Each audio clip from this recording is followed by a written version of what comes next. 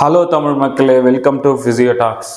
நம்ம இந்த வீடியோவில் என்ன பார்க்க போகிறோம் அப்படின்னு பார்த்தீங்கன்னா, ஃப்ரோசன் ஷோல்டருக்கு என்ன மாதிரியான ஒரு 3 சிம்பிள் எக்ஸசைஸ் பண்ணலாம் அப்படின்றத பற்றி பார்க்கலாம். ஸோ ஃப்ரோசன் ஷோல்டர்னால் ஃபஸ்ட்டு என்னன்றது தெரிஞ்சுக்கோங்க. ஃப்ரோசன் ஷோல்டர் வந்து உங்களுடைய ஷோல்டர் கேப்சூல் இருக்குது இல்லைங்களா, அந்த ஒரு ஷோல்டர் ஜாயிண்ட்டுக்கு ஒரு கேப்சூல் இருக்கும். கேப்சூல்னால் ஒன்றும் இல்லை, ஒரு லேயர் மாதிரி அந்த ஜாயிண்ட்டை ஹோல்டு பண்ணியிருக்கும்.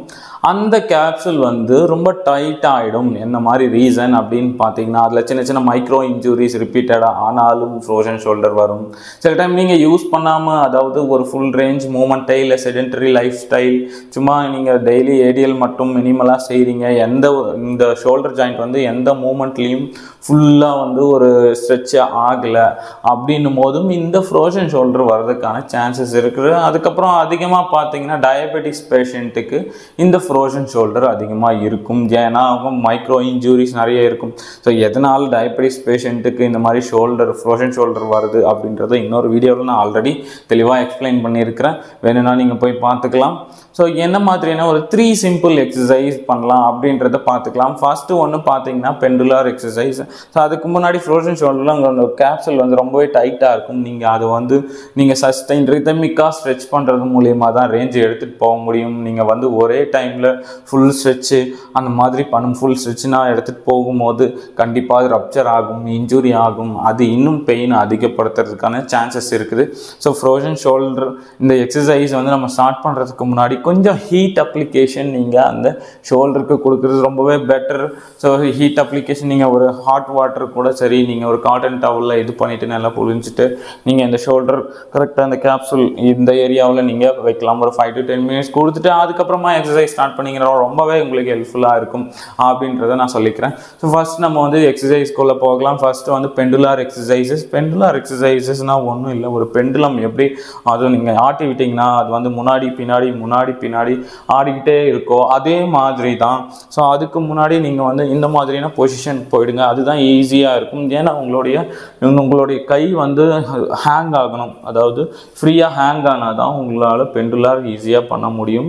ஸோ அந்த பெண்டுலார் பண்ணுறதுக்கு முக்கியமாக வந்து நீங்கள் உங்கள் உடம்பை மூவ் பண்ணி தான் இப்படி பண்ணணும். வெறும் கை மட்டும் இப்படி மூவ் பண்ணக்கூடாது. உங்களுடைய உடம்பு இங்கே பாருங்கள், நான் உடம்பு முன்னாடி பின்னாடி தான் ஆட்டுறேன், ஆனால் என்னோடய கை வந்து முன்னாடி பின்னாடி போயிட்டு வருது. இங்கே பாருங்கள், உடம்பு மட்டும் முன்னாடி பின்னாடி ஆட்டுறேன், கை வந்து முன்னாடி பின்னாடி போயிட்டு வருது. ஸோ இதில் வந்து நீங்கள் 2 மூமெண்ட்டை கான்சன்ட்ரேட் பண்ணணும் பெண்டுலார் எக்ஸசைஸில். ஒன்று வந்து பார்த்தீங்கன்னா ஃப்ரண்ட் அண்ட் பேக் வந்து இப்போ சொல்லுவாங்க, அது வந்து ஃப்ளெக்ஷன் அண்ட் எக்ஸ்டென்ஷன் சொல்லுவாங்க. முன்னாடி கை தூக்குறதும் பின்னாடி கை தூக்குறதும், இந்த 2மே நீங்கள் ஃபஸ்ட்டு கான்சன்ட்ரேட் பண்ணணும். ஃபஸ்ட்டு இந்த பொசிஷனுக்கு போயிடுங்க. ஸோ உங்களுடைய உடம்பு மட்டும் முன்னாடி பின்னாடி ஆட்டுறீங்க, ஃப்ரோசன் ஷோல்டருக்கான எக்ஸசைசஸ். ஸோ இந்த மாதிரி ஆட்டும் போது நல்லா முடிஞ்ச அளவுக்கு எந்த அளவுக்கு ரேஞ்ச் போகுதோ ஓகே போக விடுங்க. ஸோ அட்லீஸ்ட் ஒரு 30-40 ரிப்பீட்டேஷன்ஸ் பண்ணுங்கள். ஒரு நாளைக்கு 2-3 டைம் நீங்கள் தாராளமாக பண்ணலாம். ஸோ நல்லாவே எடுத்துகிட்டு போங்க. நல்லா உங்களுடைய உடம்பு வந்து இப்படி ஷேக் பண்ணுறது மூலயமா அதுவே முன்னாடி பின்னாடி ஒரு பெண்டுலம் மாதிரி போயிட்டு வரும். ஸோ அதனால உங்களுடைய கேப்சூல் வந்து கொஞ்சமாக லூஸ் ஆகும். அந்த லூஸ் ஆகும்போது கொஞ்சமாக உங்களுக்கு ரேஞ்சு நல்லாவே இம்ப்ரூவ் ஆகி கிடைக்கும். ஸோ செகண்ட் பெண்டுலர் பார்த்தீங்கன்னா இதே பொசிஷனில் கொஞ்சம் நீங்கள் இந்த மாதிரி சைடில் உங்களுடைய உடம்பை இந்த மாதிரி சைடில் நீங்கள் வந்து அசைக்கணும்.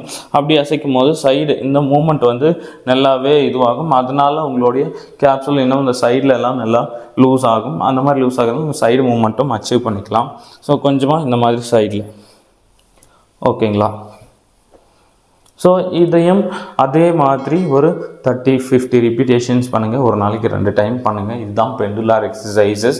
ஸோ செகண்ட் எக்ஸசைஸ் என்னன்னு பார்த்தீங்கன்னா, செகண்ட் எக்ஸசைஸ் வந்து நம்ம ஒரு ஸ்விஸ் பால் இல்லை ஃபிசியோதெரப்பி பாலை வச்சு நீங்கள் எப்படி ஈஸியாக shoulder flexion, extension, abduction, adduction.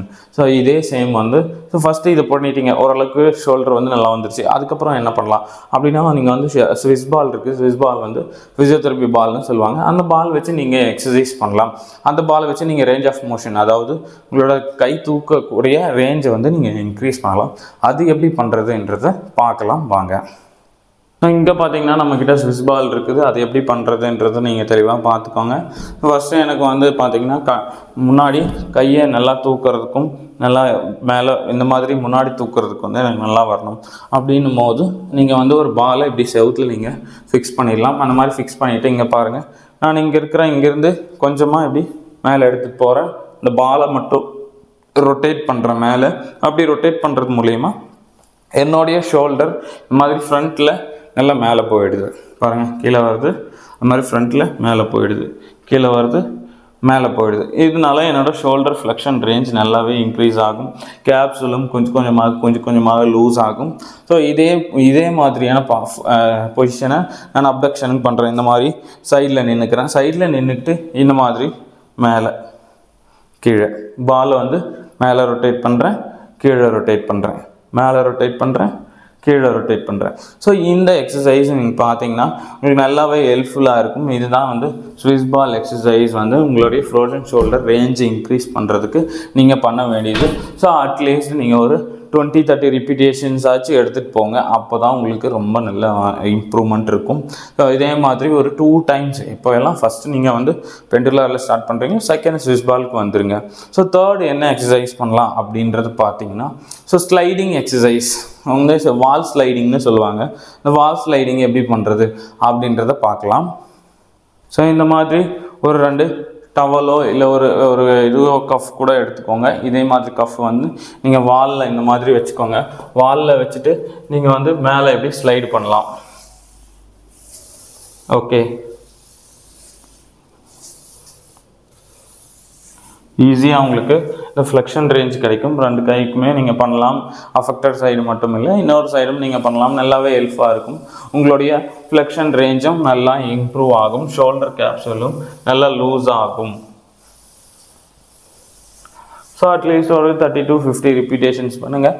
எப்போ எல்லாம் லாஸ்ட்டில் நீங்கள் வந்து இந்த மாதிரி வால் ஸ்லைடிங் எக்ஸசைஸில் முடிக்கிறது ரொம்பவே நல்ல ஹெல்ப்ஃபாக இருக்கும். ஸோ இந்த 3 எக்ஸசைஸ், சிம்பிள் எக்ஸசைஸ் நீங்கள் பண்ணாவே போதும். உங்களுடைய ஷோல்டர், உங்களுடைய அந்த கேப்ஸில் வந்து நல்லா லூஸ் ஆகும். ஷோல்டர் ரேஞ்ச் நல்லா உங்களுக்கு கிடைக்கும்ன்றது தெரிஞ்சுக்கோங்க. ஸோ ஏதாச்சும் டவுட் இருந்தால் கண்டிப்பாக கமெண்ட் செக்ஷனில் கமெண்ட் பண்ணுங்கள். தேங்க்யூ ஃபார் வாட்சிங் திஸ் வீடியோ. மறக்காமல் யாருக்கா ஷேர் பண்ணுங்கள். யாரோ ஒருத்தருக்கு உதவும், உங்களுடைய ஃப்ரெண்ட்ஸ் அண்ட் ஃபேமிலியாக இருக்க ஒருத்தருக்கு. So thank you, have a good day.